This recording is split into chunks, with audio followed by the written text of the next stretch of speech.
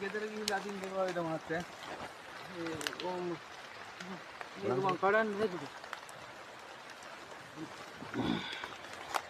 මේක මේ එපා කිව්වා.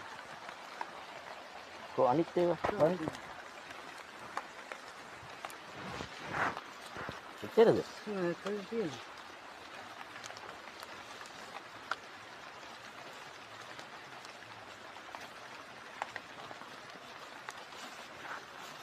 අම්මට දැන් ලෙලවන්න කියන්න එපා. ඒක නෑ වරක් බෝතලෙ විතරක් අදත් බොන්න ආතන. අර ටීවී එකත් එක්ක උගත් තියෙනවා.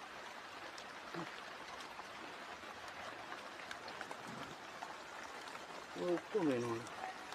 දෙදි කෑල්ලක් නැද්ද? එච්චරයි.